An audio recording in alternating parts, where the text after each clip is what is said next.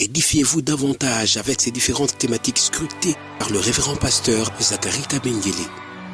Les 7 images de l'influence du chrétien dans le monde, le 7 fois de l'accomplissement de toutes choses, de la partie 1 à la partie 3, quel temps fait-il à l'horloge des dieux pour l'humanité? Délivré de l'esclavage pour servir l'Éternel, de la partie 1 à la partie 7. La résurrection du Seigneur Jésus-Christ. Les événements eschatologiques, de la partie 1 à la partie 10. Ce qui entre en toi détermine ce qui est en toi. La double portion, de la partie 1 à la partie 5. Retrouvez-nous également sur toutes les plateformes de réseaux sociaux.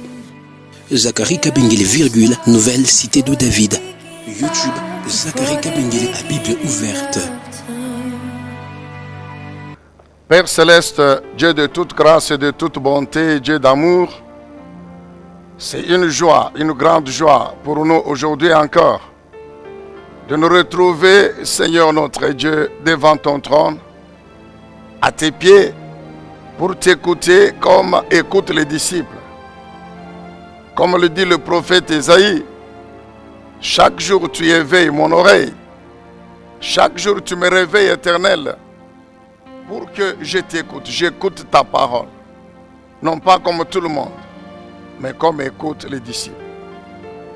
Alors c'est pourquoi, Père très saint, Dieu éternel et tout-puissant, nous nous confions en toi, afin qu'aujourd'hui encore, par l'onction du Saint-Esprit, nous recevions cette grâce d'être un instrument dans tes mains pour faire parvenir ta parole à ton peuple.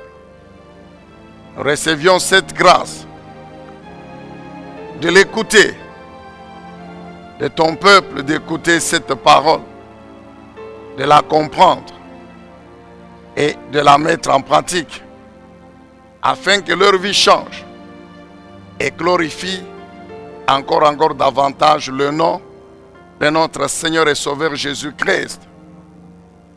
C'est pourquoi, par la puissance du Saint-Esprit, nous prenons autorité sur tout ce qui a comme puissance d'opposition à la proclamation de cette parole et à son écoute.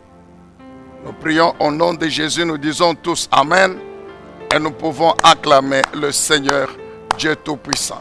Bien-aimé peuple de Dieu, par le Saint-Esprit, nous continuons à écouter notre Dieu sur les dons spirituels, sur les ministères, sur les talents, etc.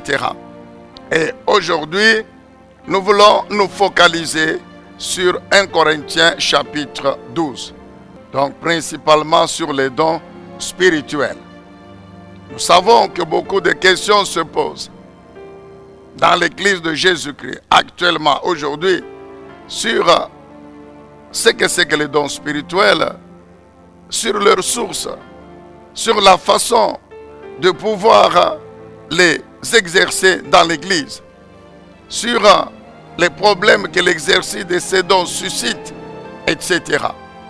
Alors nous croyons que par le Saint-Esprit, au travers de cette parole, les réponses à toutes ces questions seront apportées afin que le peuple de Dieu puisse continuer à servir le Seigneur en exerçant ses capacités surnaturelles du Saint-Esprit de Jésus-Christ. Alors, c'est ainsi que, sans plus tarder, nous vous convions dans 1 Corinthiens chapitre 12. 1 Corinthiens chapitre 12. Nous allons y aller progressivement en lisant et avec les commentaires. 1 Corinthiens chapitre 12. Voici ce que dit le premier verset. Le premier verset dit ceci. En ce qui concerne, alors nous lisons ici la version Vie Nouvelle. La version Vie Nouvelle, la Bible dit, en ce qui concerne les réalités spirituelles, c'est-à-dire les dons spirituels, je ne veux pas, frères et sœurs, que vous soyez dans l'ignorance. En d'autres termes, l'apôtre Paul dit aux Corinthiens, je ne veux pas que vous puissiez avoir et continuer à avoir des fausses notions sur les dons spirituels, sur les réalités spirituelles. Vous savez comment, lorsque vous étiez étranger au peuple de Dieu, vous vous laissiez irrésistiblement entraîner vers les idoles muettes. Nous allons au verset 4. Verset 4. Il y a diversité de dons, mais le même esprit. Il y a diversité de services, mais le même Seigneur. Il y a diversité d'actes, mais le même Dieu qui accomplit tout en tous. Diversité de dons, ou diversité de charismes, les dons de la grâce, le même esprit, le Saint-Esprit. Diversité de services, où il y a plusieurs façons de servir Dieu. Plusieurs façons de servir Dieu avec les dons, mais le même Seigneur. Plusieurs façons de servir le Seigneur Jésus-Christ. Par rapport aux dons dont il est question au verset 4. Le même Seigneur, il y a plusieurs actes, plusieurs activités, plusieurs opérations. C'est-à-dire, différentes manières d'agir et de travailler à l'œuvre de Dieu. Avec les mêmes dons, mais le même Dieu.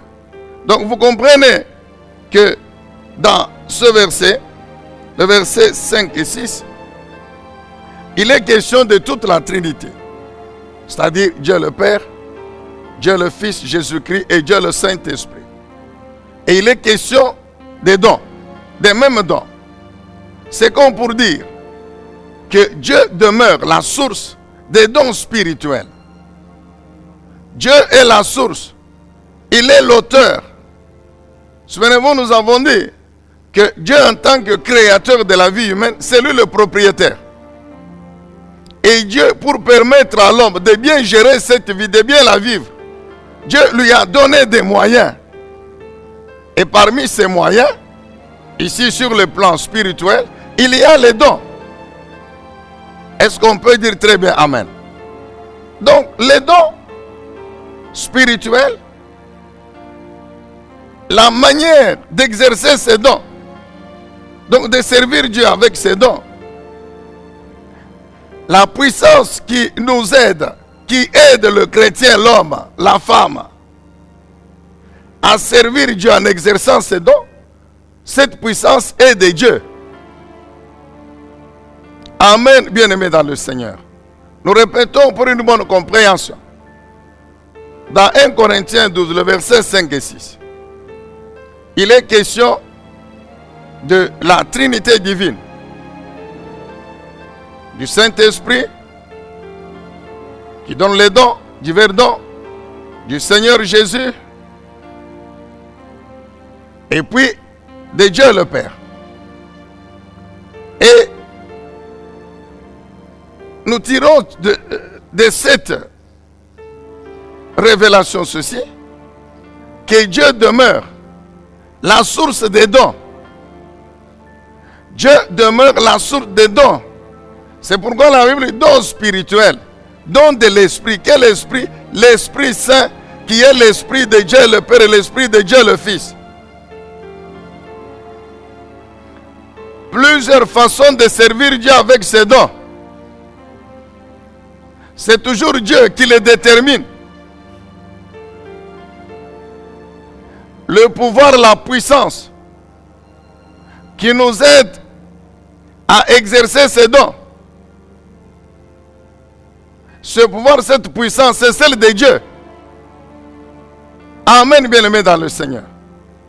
C'est pourquoi nous avions dit que la vie de l'homme sur la terre appartient à Dieu, le propriétaire, le créateur.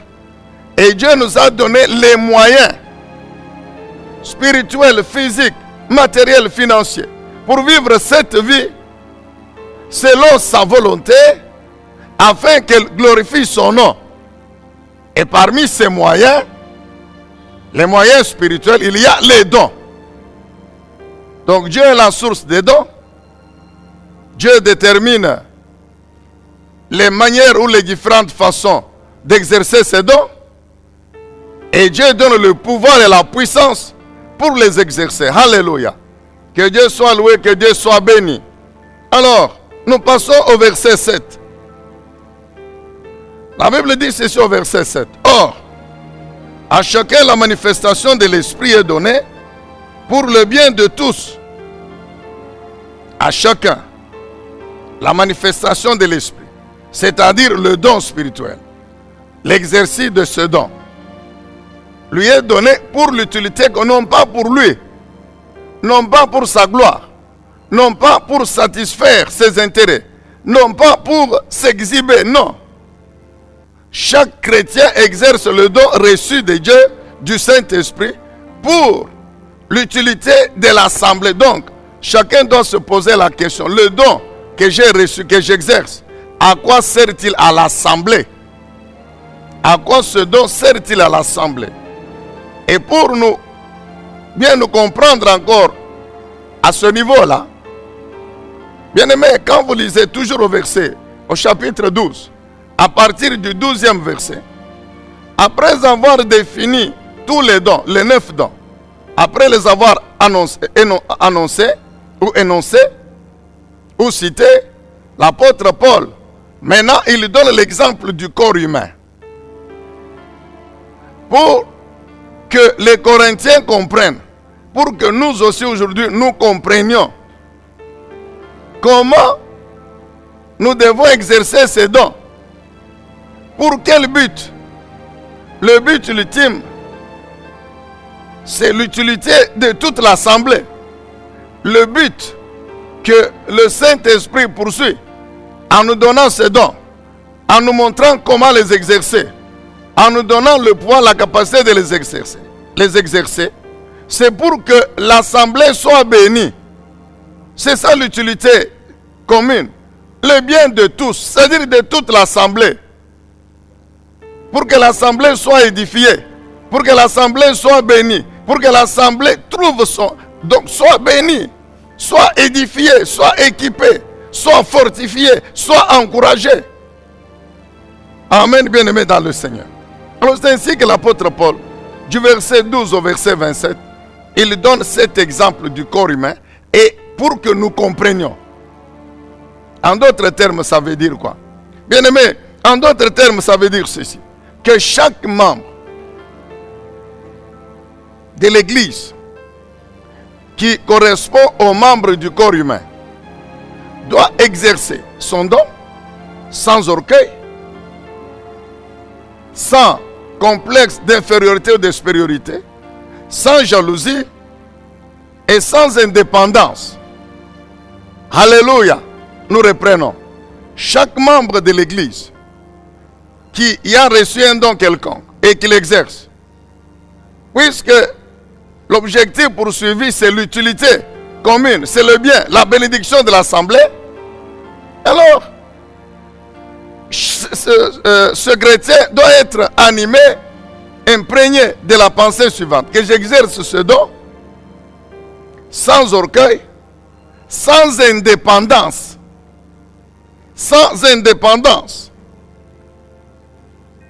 sans jalousie, sans complexe d'infériorité ou de supériorité. Pourquoi? Quand on prend le corps humain, nous savons que le corps humain est composé de plusieurs membres, de la tête aux pieds. Et chaque membre a une fonction particulière. Chaque membre vit. Chaque membre du corps humain a une vie. Et pendant que ce membre vit sa vie, il influence la vie d'autres membres. Pour que l'ensemble de tous les membres continue à vivre. Et ainsi, le corps entier va continuer à vivre. Est-ce qu'on peut dire encore très bien Amen? Nous vous donnons un exemple pour bien nous comprendre. Prenons les yeux. Les yeux. Lorsque les yeux voient, c'est que les yeux vivent. Et en vivant, les yeux influencent la vie d'autres organes, d'autres composants du corps. D'autres organes, d'autres membres. Comment? Les yeux regardent. Et ils peuvent maintenant indiquer aux pieds où est-ce qu'il doit marcher pour que le corps ne tombe pas dans un piège, dans un accident et ne soit détruit. les yeux pendant qu'il montre au corps où il doit marcher, les yeux communiquent les informations qu'il voit au cerveau qui est dans la tête et aux facultés de l'âme comme l'intelligence, la réflexion, etc. Quand le cerveau reçoit les informations, lui aussi, comme il continue à vivre, il les traite. Et les conséquences sur la conduite du corps, sur la réflexion, sur l'intelligence, etc. Il y a des images qui sont transmises par les yeux à l'âme. Quand l'âme reçoit ces informations, il les traite. Et il vit, et il communique à d'autres. Amen, bien-aimé dans le Seigneur. Donc nous disons que le Saint-Esprit par l'apôtre, il dit ceci, que le but ultime pour l'exercice des dons spirituels, c'est pour que l'assemblée soit bénie. C'est ça l'utilité commune, le bien de tous. Ce n'est pas pour ses propres intérêts. Pourquoi? Celui qui exerce le don doit le faire sans orgueil, sans indépendance. Il n'y a pas... Non. Il y a une interdépendance. Une interdépendance. Chaque membre du corps vit et sa vie influence la vie des autres membres du corps et vice-versa. C'est ainsi que l'ensemble du corps finit par continuer à vivre. Donc l'homme, la femme exerce les dons sans orgueil, sans indépendance, sans jalousie. Sans jalousie, sans complexe d'infériorité ou de supériorité. Pourquoi? Pourquoi la jalousie? Oui, parce qu'il n'y a pas de dons meilleurs que les autres. Non. C'est Dieu qui donne le pouvoir d'exercer les dons. C'est Dieu. C'est ainsi que cette façon de considérer dans l'Église que celui qui exerce le don X, il est plus puissant que celui qui exerce le don Y. Nous devons bannir ces choses-là. Car c'est ça qui entraîne la jalousie, les complexes de supériorité ou d'infériorité. Amen, bien-aimés dans le Seigneur. Est-ce qu'on peut acclamer encore le Seigneur Dieu Tout-Puissant? Alors, nous continuons la lecture. Nous sommes au verset 8 de 1 Corinthiens 12. En effet, à l'un est donné par l'Esprit une parole de sagesse, à un autre une parole de connaissance, selon le même Esprit, à un autre la foi, par le même Esprit, à un autre des dons de guérison, par le même Esprit, à un autre la possibilité de faire des miracles, à un autre la prophétie, à un autre le discernement des esprits, à un autre diverses langues, à un autre l'interprétation des langues. Mais toutes ces choses, toutes ces réalités spirituelles, tous ces dons, c'est un seul et même esprit qui les accomplit en les distribuant à chacun en particulier comme il le veut. Voilà en fait une petite conclusion que l'apôtre, avant d'expliquer maintenant en prenant l'image du corps humain, c'est une petite conclusion que l'apôtre donne par le Saint-Esprit, en disant que tous ces dons, c'est le Saint-Esprit. C'est lui qui en est l'auteur. Il dit et qui les accomplit. Amen. Est-ce qu'on peut souligner le même esprit qui les accomplit? Non seulement il est l'auteur, mais il les accomplit. C'est-à-dire, il nous donne la capacité, il donne aux chrétiens la capacité d'accomplir. Non seulement, il me donne le don, mais il me rend capable d'accomplir, d'exercer ce don. Alors, comme c'est lui l'auteur, et c'est lui la source de la puissance, qui me rend capable d'exercer le don, c'est pourquoi la Bible dit, c'est lui qui les accomplit. C'est pourquoi l'orgueil, c'est pourquoi les problèmes liés à si nous comprenons ces choses bien aimées dans le Seigneur, il n'y aura pas de problème. Il ne peut pas y avoir de problème. Nous allons voir seulement Dieu et Dieu seul. Et chacun va travailler rien que pour la gloire du nom de Jésus-Christ. Alléluia. Amen, bien-aimé. C'est le Saint-Esprit, le même Esprit, qui les accomplit. C'est lui qui est la source. C'est lui qui les accomplit. Amen. Et c'est lui qui les donne à chacun comme il veut. Il dit à l'un, ceci.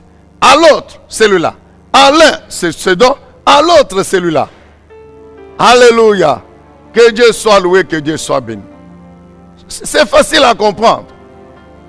Si nous sommes suffisamment humbles, nous allons comprendre.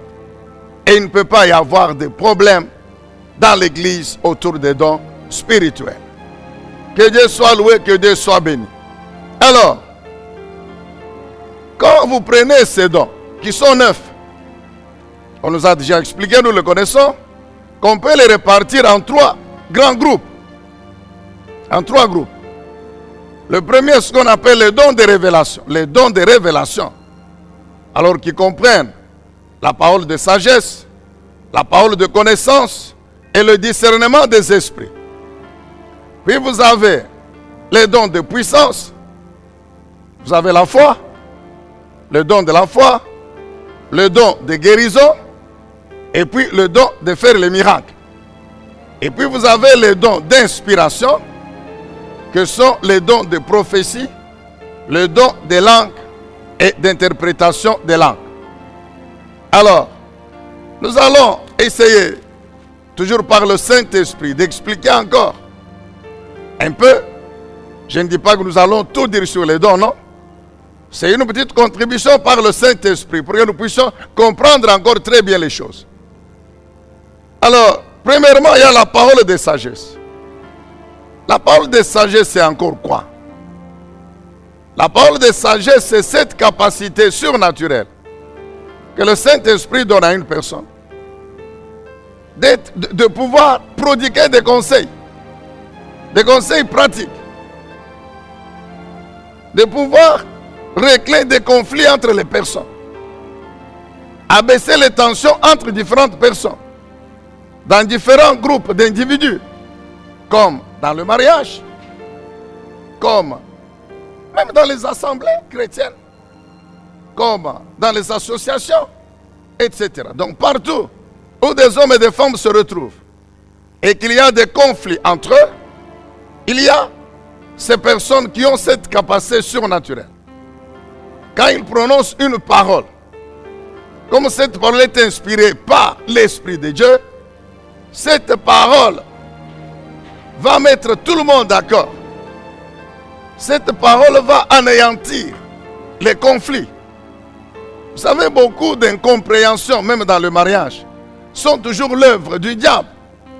Vous allez trouver qu'il y a toujours l'ennemi qui est derrière. Les incompréhensions de différentes personnes.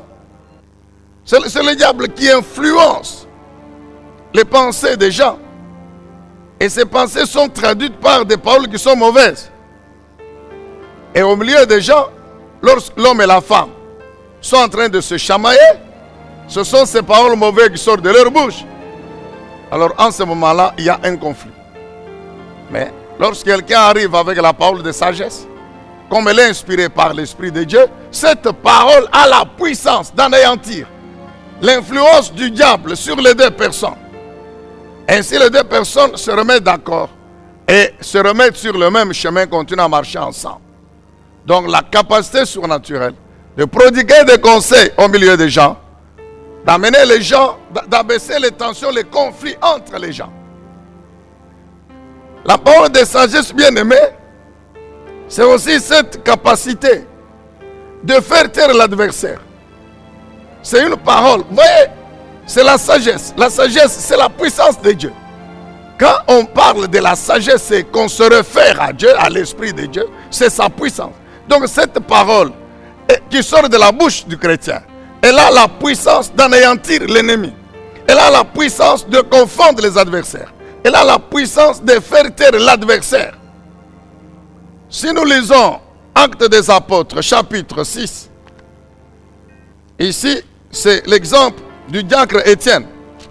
Nous connaissons tous l'histoire de ce puissant serviteur de Dieu. Mais voici ce que la Bible dit au verset 10. Actes chapitre 6, le verset 10. La Bible, les Saintes Écritures disent ceci.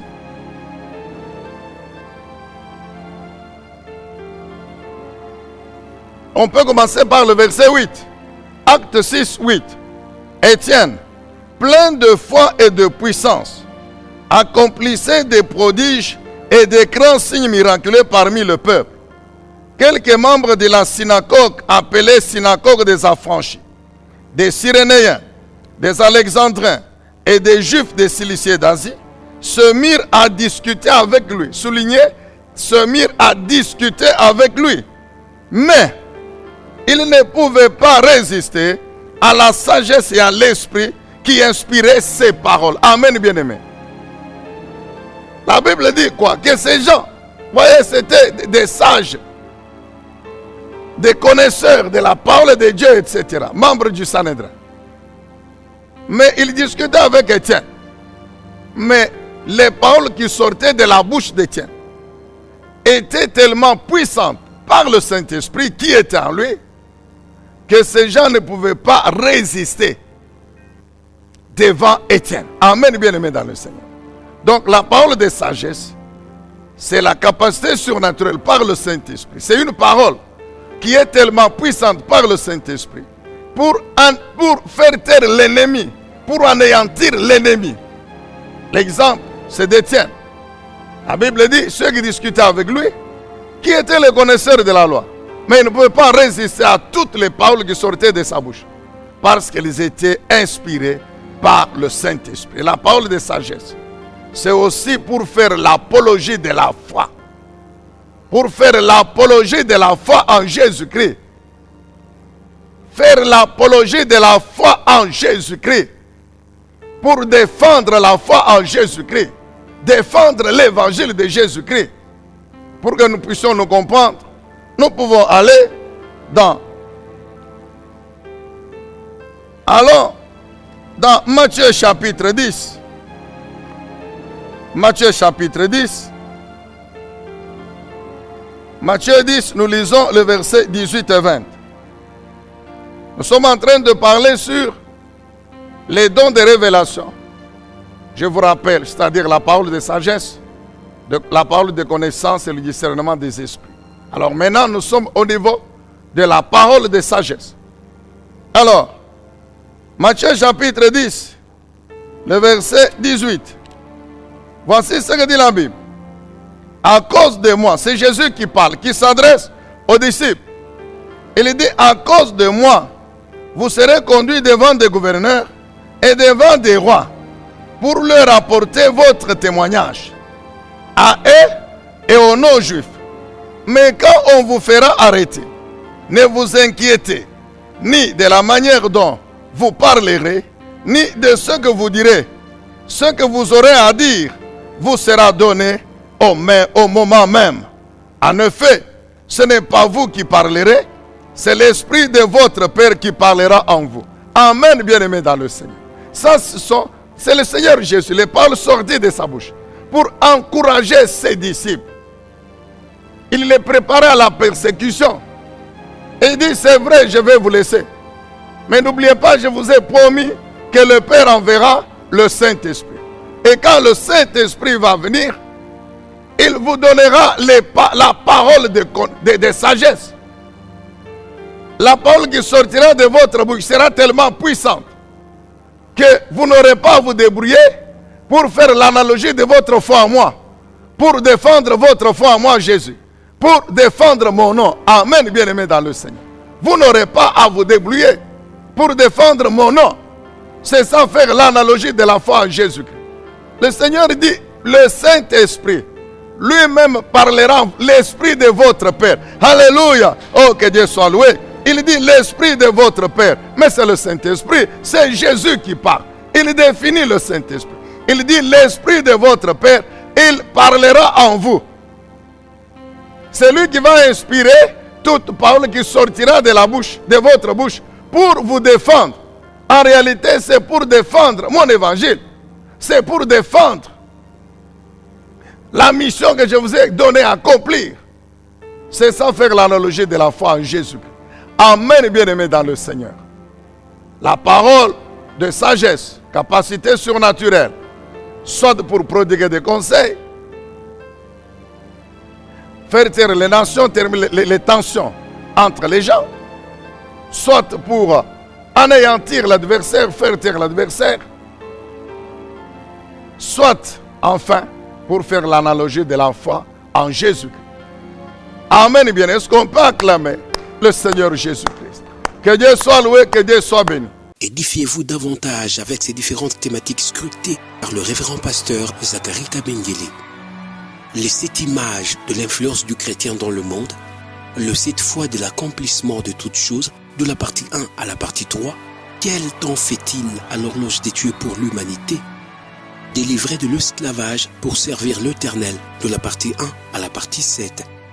La résurrection du Seigneur Jésus-Christ. Les événements eschatologiques, de la partie 1 à la partie 10. Ce qui entre en toi détermine ce qui est en toi. La double portion, de la partie 1 à la partie 5. Retrouvez-nous également sur toutes les plateformes de réseaux sociaux. Zachary Kabengele, Nouvelle Cité de David. YouTube, Zachary Kabengele à Bible ouverte.